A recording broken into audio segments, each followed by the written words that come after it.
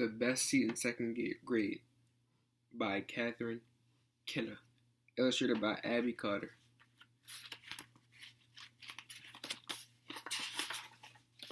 Hamster Helper. Sam had the best seat in second grade. He sat at the back of room 75. He did not sit near the globe, or the dinosaur models, or the paper pioneer fort. Sam sat beside George Washington. Who is George Washington? George Washington was small and round and the color of honey, and he sneezed. George Washington was a hamster. Sam loved George Washington more than anything else at school. George Washington was Sam's favorite subject. Sam's teacher, Mr. Hopper, asked, "Who knows something about lava?" "It pops out of volcanoes," Sam said, "the way George Washington pops out of his nest." Someone in the front giggled. "Good answer," said Mr. Hopper.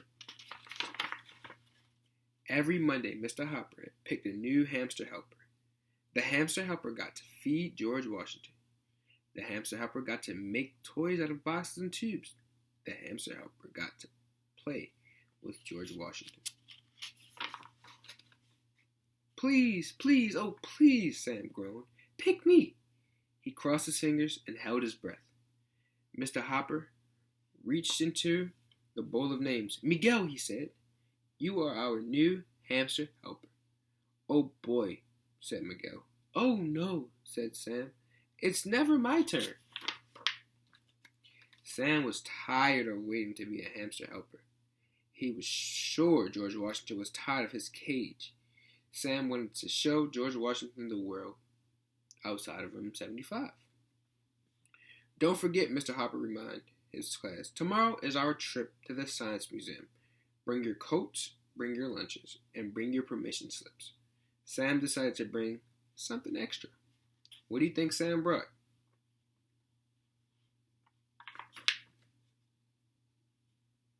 Pocket Rider. The Science Museum was busy and bright and crowded. "Stay in your groups," called Mr. Hopper. "The animal sticker on your name tag will tell you which group you are in. Grasshoppers stick together, frogs stick together, dolphins stick together. We don't want anyone to get lost." "Sam," said Nina, "where's your name tag?" "In my coat," Sam replied. He reached deep into his pocket and patted George Washington. Sam looked at his sticker on his name tag. "I'm a grasshopper." "Good," said Nina. "I am too." The grasshoppers and frogs and dolphins hung up their coats. "Sam," said Ollie, "it's warm in here. Why don't you take off your coat?" "I can't," Sam said quickly. "I might catch a cold." George Washington sneezed. Achoo. "Hurry up," called Sophie. "We're going to the star show at the planetarium." Sam followed the other grasshoppers. He walked slowly and kept his hand over his pocket. The planetarium was round and dark. The class wiggled and waited in a row of seats. When the first star twinkled above, Sam took George Washington out of his pocket. "Make a wish," he whispered. George Washington sneezed. No one noticed George Washington. When the grasshopper whirled through the wind tunnel, George Washington's whiskers blew backward. When the grasshopper made faces in front of the funny mirrors, George Washington looked like a furry beach ball with huge eyes. No one noticed George Washington. The grasshoppers climbed through a giant seashell. They peered into the homes of the future. They poked and laughed at Bubbles Our Blast. George Washington watched and listened and sneezed. "Finally," Ollie sat on the bench. "I can't walk another step," he said. "I'm hungry," said Nina. "I'm thirsty," said Miguel. "Me too," grumbled Sophie. Sam did not want to eat lunch. George Washington might smell something yummy and pop right out of his pocket. "I'll catch up with you later," Sam said as he dashed down the hall. But Sam, Nina called, where are you going? Grasshoppers are supposed to stick together. The animal zone. Sam ran upstairs and saw a sign for the animal zone. He took a deep breath and said, wait until you see what's in here. Sam held up George Washington in front of each display. They looked at baby rabbits and baby chicks. George Washington sneezed. Achoo! Don't look, Sam whispered. When they reached a tank of boa constrictors, George Washington trembled. Now, Sam said, here's the best place of them all. The hamster habitat was a jumble of tubes and tunnels. There were hamster-sized wheels and ladders and slides. Hamsters were everywhere. They were small, they were round. They were the color of honey. Look, Sam whispered to George Washington. Family!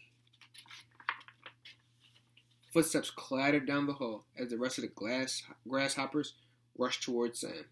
There you are, Sam, they shouted. Are you all right? I'm fine, said Sam. I was just showing the hamsters too. He stopped talking. George Washington was in his hands. George Washington was right in front of Ollie, Miguel, Sophie, and Nina. Everyone noticed George Washington. Sam cried, Nina! What have you done? Before he could answer, George Washington jumped out of Sam's hands and into the hamster habitat. Sam's favorite subject. Sam screamed. He did not move. Oh, no, Sophie groaned. Ollie yelled help at Sam. Nina yelled at Ollie. Miguel shouted, help! Mr. Hopper hurried up the stairs to the animal zone. The frogs and dolphins followed right behind him. What's wrong? Called Mr. Hopper. The grasshoppers pointed to Sam. He pointed to the hamster habitat. Sam moaned, he's gone. Who? Asked Mr. Hopper. George Washington, mumbled Sam. He's in there. Everybody stared at the sea of busy hamsters. There are too many of them, said the frogs. We'll never find them, said the dolphins. We have to try, said the grasshoppers. Sam's whole class spread out around the sides of the hamster habitat, looking for something small, said Ollie. And round, said Miguel. And the color of honey, said Sophie. They looked and looked at the hamsters climbing and digging, at the hamsters spinning and growing, at the hamsters drinking and eating and sleeping. Sam stood still and watched one nest shake and tremble like a volcano. Suddenly, a hamster popped out of the nest, just like lava. The hamster was small and round and the color of honey, and it sneezed. George Washington, cried Sam. He reached down and scooped the hamster into his hands. Nina said, I knew we'd find him. George Washington is Sam's favorite subject. The next day, Sam carried George Washington's cage to the front of room 75. I think he might be safer near you, he said. Mr. Hopper smiled. Good idea. Sam walked slowly back to the seat. Class, asked Mr. Hopper, can you think of anything else we should move up front? Sam! Yelled the frogs and dolphins and all of the grasshoppers. Good answer, said Mr. Hopper. George Washington sneezed. Sam grinned and pushed his desk to the front of room 75. For the rest of the year, he sat between his teacher and George Washington. Sam had the best seat in the second grade. The end.